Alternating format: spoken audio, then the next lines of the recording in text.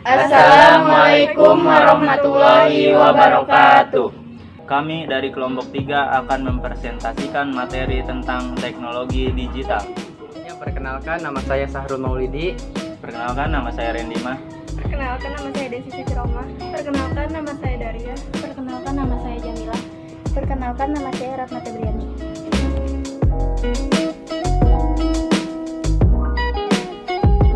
Teknologi digital dan analog. Apa sih teknologi analog itu? Teknologi analog adalah suatu bentuk perkembangan teknologi sebelum berkembangnya teknologi digital. Sedangkan teknologi digital adalah teknologi yang dilihat dari pengoperasionalannya tidak lagi banyak menggunakan tenaga manusia. Sistem-sistem digital memberikan 3 keuntungan atas sistem-sistem analog, yaitu 1. Sangat mengurangi jumlah data yang diperlukan untuk memproses, menyimpan, mendisplay, dan mengirim informasi. 2. Bisa memproduksi data dengan tidak terbatas jumlahnya tanpa pengurangan kualitas. Yang ketiga adalah bisa dengan mudah memanipulasi data dengan presisi tinggi. Perbedaan antara teknologi digital dan analog. Teknologi digital merupakan hasil teknologi yang dapat mengubah sinyal menjadi kombinasi urutan bilangan 0 dan 1 untuk proses informasi yang mudah, cepat, dan akurat. Digital ini memiliki berbagai keistimewaan yang unik yang tidak dapat ditemukan pada teknologi analog, yaitu yang pertama, mampu mengirimkan informasi dengan kecepatan cahaya yang dapat membuat informasi dapat dikirim dengan kecepatan tinggi. Yang kedua, penggunaan yang berulang-ulang terhadap informasi tidak mempengaruhi kualitas dan kuantitas informasi itu sendiri. Yang ketiga, informasi dapat dengan mudah diproses dan dimodifikasi ke dalam berbagai bentuk. Dan yang terakhir, dapat memproses informasi dalam jumlah yang sangat besar dan mengirimnya secara interaktif. Kelebihan informasi digital adalah kompresi dan kemudahannya, yaitu dapat ditransfer ke media elektronik lain. Teknologi analog. Teknologi analog merupakan proses pengiriman sinyal dalam bentuk gelombang sinyal. Analog tersebut bekerja dengan mentransmisikan suara dan gambar dalam bentuk gelombang continue varying. Perkembangan teknologi digital, perkembangan komputer. Perkembangan komputer, pengolahan data dengan komputer dikenal dengan nama pengolahan data elektronik atau PDE atau Electronic Data Processing atau EDP. Pengolahan data merupakan manipulasi dari data ke dalam bentuk yang lebih berguna dan lebih berarti berupa informasi dengan menggunakan suatu alat elektronik yaitu komputer. Lahirnya WWW. Awalnya W bermula di CRRN di kota Genepa dekat perbatasan antara Prancis dengan Swiss. CERN adalah sebuah organisasi yang didirikan oleh 18 negara Eropa.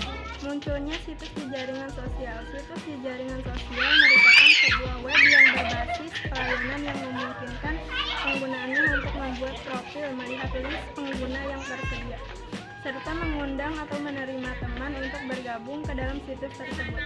Situs di jaringan sosial ini muncul pertama kali di tahun 1997, selanjutnya di tahun 2000-an.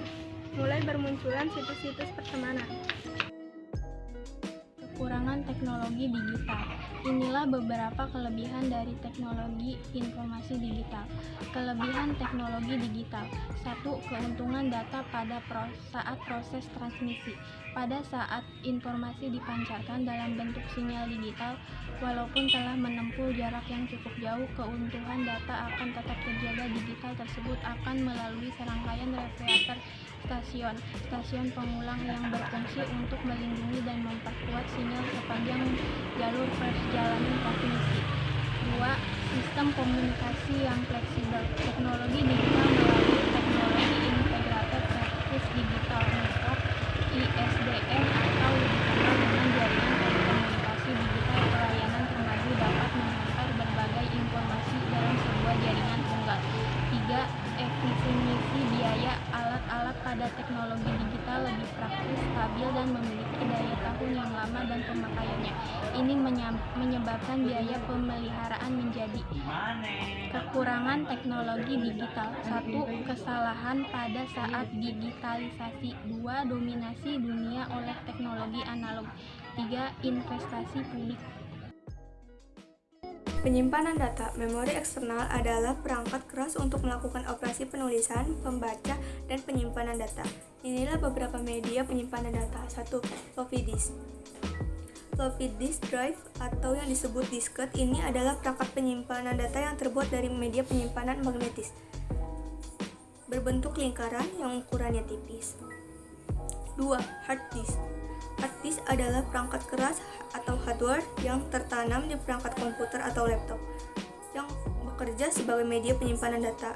Singkatnya, hard disk merupakan standar penyimpanan data untuk sebagian besar perangkat PC. 3. Hard disk eksternal.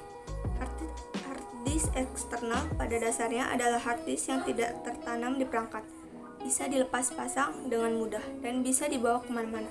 Ini merupakan media penyimpanan data yang mirip seperti flash disk, hanya saja ukuran dan kapasitas lebih besar.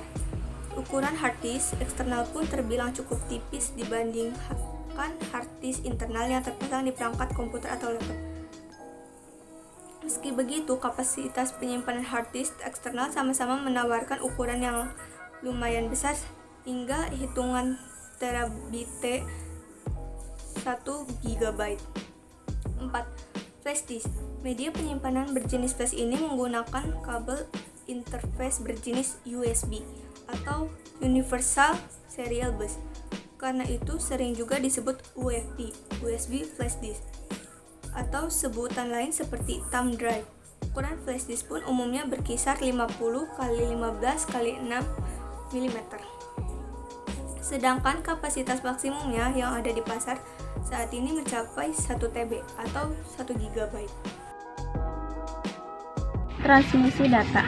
Transmisi data merupakan proses untuk melakukan pengiriman data dari salah satu sumber data ke penerima data menggunakan komputer atau media elektronik.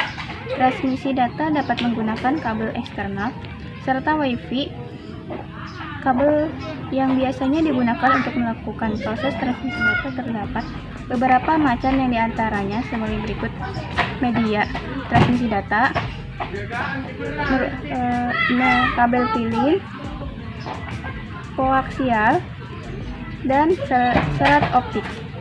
Nirkabel Wi-Fi atau yang dikenal dengan wireless adalah media yang transmisi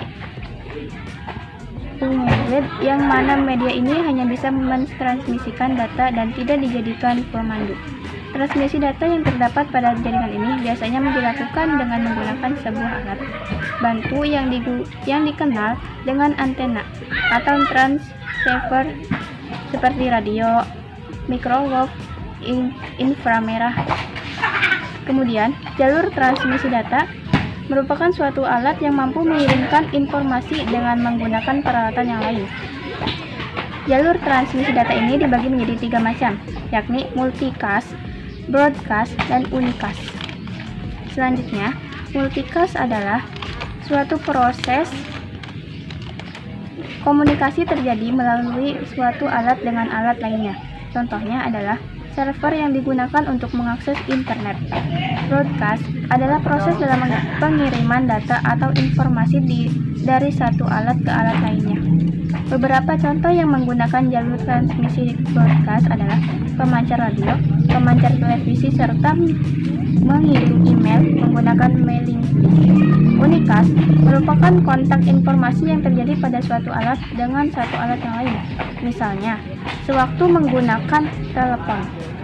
Selanjutnya, konfigurasi jalur transmisi data, point to point. Dalam konfigurasi ini, media atau peralatan yang saling terhubung antara satu peralatan yang lain tanpa terbagi. Konfigurasi point to point biasanya digunakan pada beberapa peralatan komputer seperti printer yang terhubung langsung dengan PC atau komputer. Point to multipoint. Dalam proses disebut juga dengan akses multipoint, di mana pada satu alat atau media dapat terhubung dengan beberapa alat lainnya. Contoh proses transmisi data yang menggunakan konfigurasi ini adalah penyiaran radio, yang mana satu pemancar radio atau televisi dapat diakses atau terhubung dengan beberapa radio atau televisi. Selanjutnya, yang terakhir, arah kanal transmisi.